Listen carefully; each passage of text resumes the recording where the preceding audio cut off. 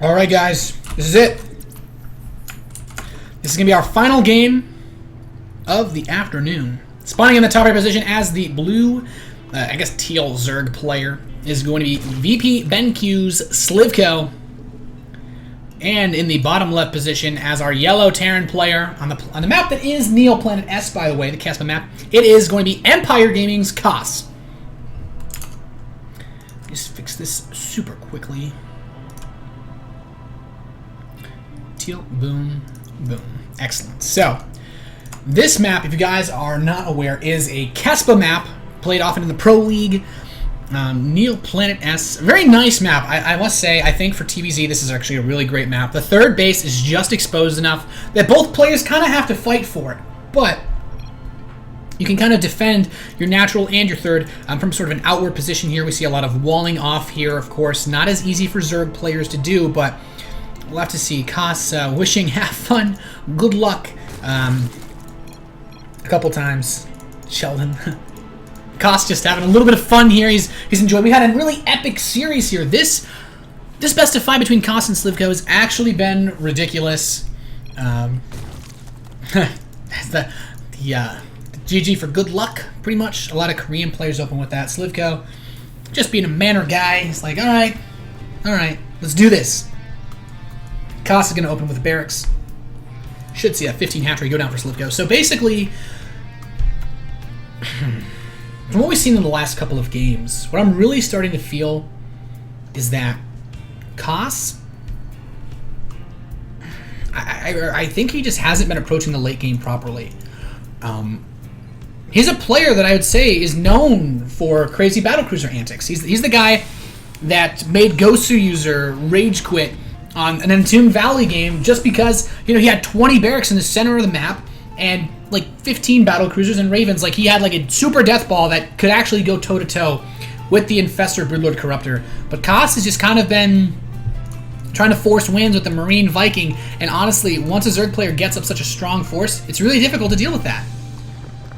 Kas going for that command center now, but we have gas being taken for Slivko, so he's going to get that gas around the same time that his pool finishes. So he's possibly going to see a little bit of aggression off of 2 bases here. I'm not 100% sure what we're going to see, but Kas, the thing about battlecruisers is that when you're fighting Infestor Broodlord Corruptor, the fungal growth will kill all your Vikings. But your battlecruisers tank that so much better. And they actually do quite a bit of DPS if you have your Vikings behind them. It's, I don't know, I just feel like Kas, we're not seeing real Kas, I feel like, just because he's not doing that crazy battlecruiser mass Raven build. We saw on Entombed Valley a lot of Ravens, but even that he took a lot of poor engagements in. So hopefully we'll get a little bit something more successful for him. And right now I'm actually getting a little bit worried. Kas has gone for a 1 Rax basically into a double expand, 2 command centers. Slivko does not yet see this. If he scouts this, then his build becomes a bajillion times better. But already he's got that gas. He's starting his Zergling speed, and he's still mining gas. If Slivko goes for some kind of 2-base attack, he's going to recognize, you know what, Kas? We've both been really greedy this series. I don't need to be greedy anymore. I could probably just go in, try to just kill you, and take advantage of the fact that you've been so greedy. So Kas is doing exactly what anyone would expect him to do. He's gone for this economic build, but Slivko has the gas. I'm surprised he hasn't thrown in a Baneling Nest yet. We could see a really fast lair. He has exactly enough money for it now, so is he going to? I don't think so. No. He's going to take another gas and start a Roach Warren.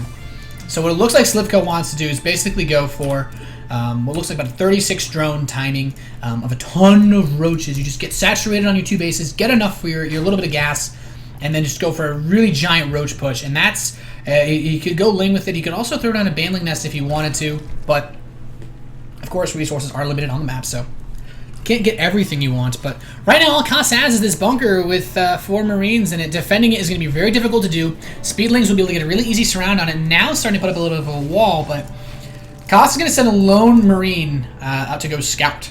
He's going to probably maybe check for a 3rd base. I'm not sure. He doesn't actually know anything about what Slivko's doing, so he is definitely not going to be ready for this. He had 8 roaches are on the way. And keep in mind, Slivko did get Zergling speed, so he can go Ling with Roach. And Kas, all he's going to do is walk up, see, okay, it's 7 minutes. no third base. Kas should know that there's something up right now, but the question is, can he really do much about it? The roaches are out. Baneling Nest is starting.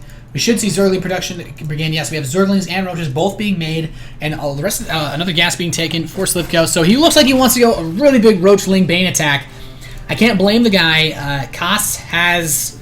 I almost feel like, man, he just kind of walked into this. It's almost like... no, I don't want to make a Wicker Man reference, but he's basically completely screwed, bar a miracle saving him from this big attack. So I'm really worried about this push doing a ton of damage to Kas.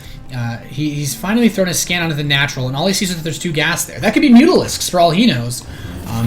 He's starting bunkers behind the wall now. The roaches are going to be into attack. We have Banelings beginning to get morphed. There are Marauders out for Kas, so this is going to be very scary, but the first bunker is down. There are SCVs being pulled. We should see a lot more Zerglings queued up and sent over to this base. If Kas can get these bunkers up and this wall situated, 3 bunkers is a pretty good response. Now, the bunkers are spread enough that the Banelings cannot kill everything at once, but if he kills the supply depots, he's also going to really supply block Kas. And here he goes. He's pushing in. The Banelings trying to get to the bunkers. He's moving in. A lot of SCVs are actually going to die with this, too. The bunkers, to-go bunkers go down. He's moving in now. Kills all of the SCVs.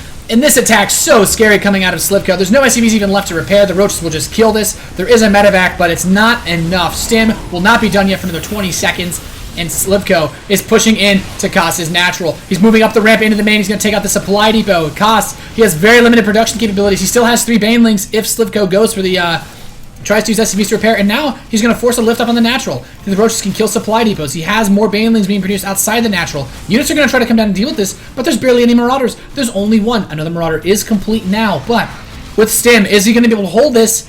I don't know. I think his only chance is if Slivko tries to force his way up the ramp, and now the command center! Kas didn't lift his command center! It's gone! That's it! His natural's dead. He has the 3rd orbital that he made earlier, but his economy now completely in shambles. Rebuilding those SCVs would be so much more difficult. The roaches are moving in now. The Banelings getting good hits off on these Marines. Kas is in a ton of trouble, guys. Hellions being produced, but they are not what you need to deal with roaches. Possibly the Zerglings, yes, but there's still a Baneling here that can get into the SCVs and drop them all into the red. Oh my goodness, gets a decent amount of damage done, but Slivko has done a crazy amount of work on Kas's mineral line. The roaches will die, but Kas has done a... he's done the best that he can, but Slivko really just battered him down. Let's look at the worker count. It's 19 SCVs to 35 drones. So, given enough time, the mules, of course, will help him, but he needs to move this command center down now. And Slivko's just going to make more Banelings. So if Kas tries to go and actually take an expansion now, Slivko's right there. Kas is only safe right now because he has Hellion Marauder and because he has the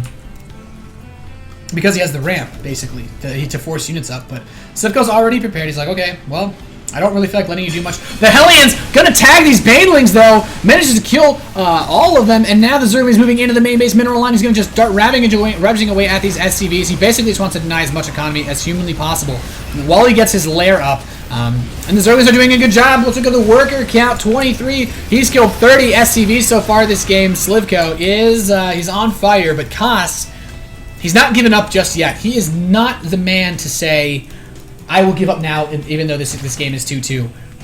Kas definitely has a chance, but it is going to require some immaculate play. Slivko's going for the Spire now. Kas, his production is so limited, it's going to be so difficult. The other things to note, he can't get any upgrades or anything like that.